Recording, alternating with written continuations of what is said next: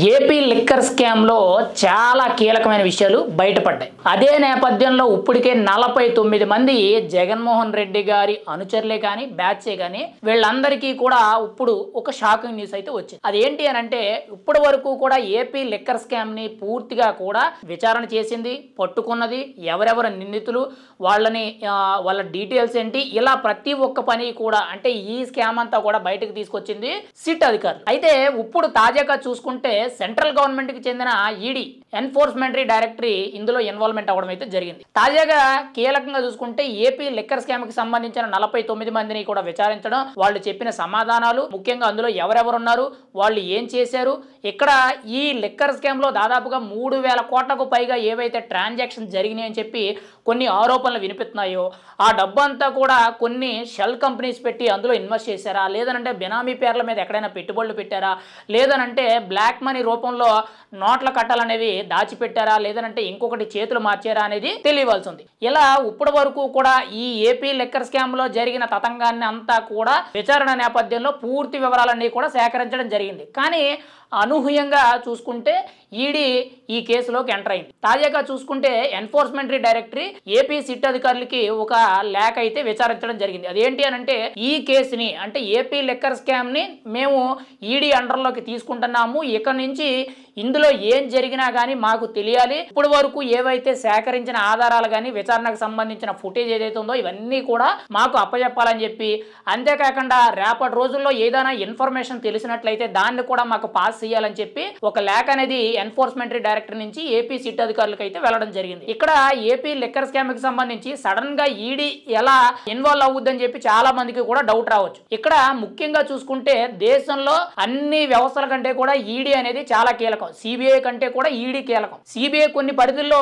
ఇటువంటి కేసుల్ని ఇన్వాల్వ్ అవ్వడానికి ముఖ్యంగా కేంద్ర హోంశాఖ కానీ లేదంటే సుప్రీంకోర్టు కానీ హైకోర్టు ఆదేశాలు ఉంటే మాత్రమే ఏదైనా కేసులోకి ఇన్వాల్వ్మెంట్ ఉంటుంది. కానీ ఎన్ఫోర్స్మెంటరీ డైరెక్టరీ అంటే ఈడీకి ఎటువంటి సంబంధం ఉన్నా లేకపోయినా, ఎవరు చెప్పినా చెప్పకపోయినా సరే అక్కడ స్కామ్ లో కొన్ని అనుమానాలు ఉన్నాయి, అక్కడ స్కామ్ జరిగింది, అక్కడ మనీ లాండరింగ్ జరిగిందని చెప్పి ఈడీ ఎన్ఫోర్స్మెంటరీ డైరెక్టరీకి కానీ సూచనలు తెలిసినట్లయితే, ఎవరైనా ఇన్ఫర్మేషన్ ఇచ్చినట్లయితే, లేదనంటే ఎవరైనా ఒక ఫిర్యాదు రూపంలో తెలియజేసినట్లయితే వెంటనే కూడా సంబంధం లేకపోయినా కానీ ఆ కేసులోకి ఈడీ ఎంటర్ అవుద్ది. ఒక రకంగా చెప్పాలంటే ఇప్పుడు జగన్మోహన్ రెడ్డి గారికే కానీ జగన్మోహన్ రెడ్డి వెనకాలన్న బ్యాచ్ ఎవరైతే ఉన్నారో ఈ 49 మంది ఈ ఏపీ లిక్కర్ స్కామ్ లో ముఖ్యంగా ఎన్ఫోర్స్మెంటరీ డైరెక్టరీ ఇన్వాల్వ్ అవడంతో ఒక రకంగా భయం పుట్టుకుంది. ఎందుకంటే ఎన్ఫోర్స్మెంటరీ డైరెక్టరీ ఇన్వాల్వ్ అయితే కేసు అనేది తారాస్థాయికి చేరుకున్నట్టు. ముఖ్యంగా ఒకవేళ బెయిల్ కి అప్లై చేసినా కానీ బెయిల్ అంత ఈజీగా రాదు, ఎంత లేదన్నా కానీ 6 నెలల నుంచి సంవత్సరం పైగా బెయిల్ రావడానికి అయితే నానా కష్టాలు పడవలసిన అవసరం అయితే ఉంటుంది. మనం గతంలో కూడా చూసాం. గతంలో జగన్మోహన్ రెడ్డి గారు అవినీతి అక్రమాల కేసులో 32 ఛార్జ్ షీట్లు ఆయన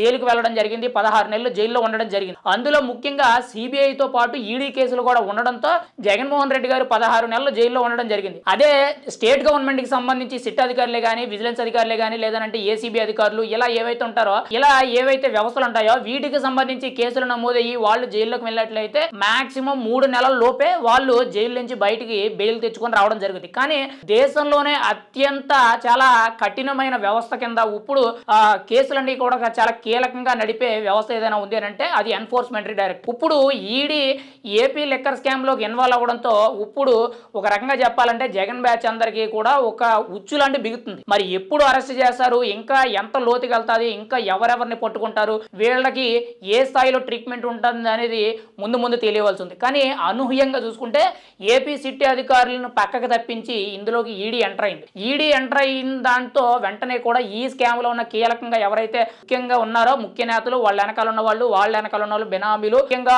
ఆ స్కామ్ లో ఒక 100 రూపాయలు కూడా తిన్న వాళ్ళు ఎవరైతే ఉన్నారో సుమారుగా వాళ్ళందరినీ కూడా ఈ ఈడీ ఎన్ఫోర్స్మెంట్ డైరెక్టరీ అయితే ఖచ్చితంగా వాళ్ళని అరెస్ట్ చేయడం జరుగుద్ది. మళ్ళీ ఇంకొకసారి విచారణ చేయడం జరుగుద్ది. ఆఖరిగా ఫైనల్ గా ఏపీ లిక్కర్ స్కామ్ అనేది పూర్తిగా కూడా ఒక తతంగం అనేది ముగుస్తుంది. కానీ ఇక్కడ ఈడీ ఎంటర్ అవ్వడంతో ప్రతి ఒక్కరికి కూడా చెమటలు పడుతుంది. ఏం జరుగుద్ది అనేది టెన్షన్ అయితే మొదలైంది. ఎందుకంటే బెయిల్ రాదు కాబట్టి. మరి ఖచ్చితంగా ఏపీ లిక్కర్ స్కామ్ లో 49 మంది ఇప్పటి వరకు ఇన్వాల్వ్ అయ్యి ఉన్నారని చెప్పి తెలిసింది. కానీ అక్కడ ఆధారాల్లో ఎటువంటి సూచనలు వస్తున్నాయి, ఇంకా వేరే వ్యక్తులు ఉన్నారా అనేది ఎవరు చెప్పడం లేదు. కానీ ఏది ఏమైనా సరే ఈడీ ఎంటర్ అవ్వడంతో ఇప్పుడు జగన్మోహన్ రెడ్డి గారికి కానీ ఏపీ లిక్కర్ స్కామ్ లో ఉన్న నిందితులందరికీ కూడా చెమటలు పడుతున్నాయి. మరి ఏం జరుగుద్ది, ఎలా జరుగుద్ది, ఈడీ ఎటువంటి యాక్షన్ తీసుకుంటుంది అనేది మనం అయితే ఎదురు చూడాలి.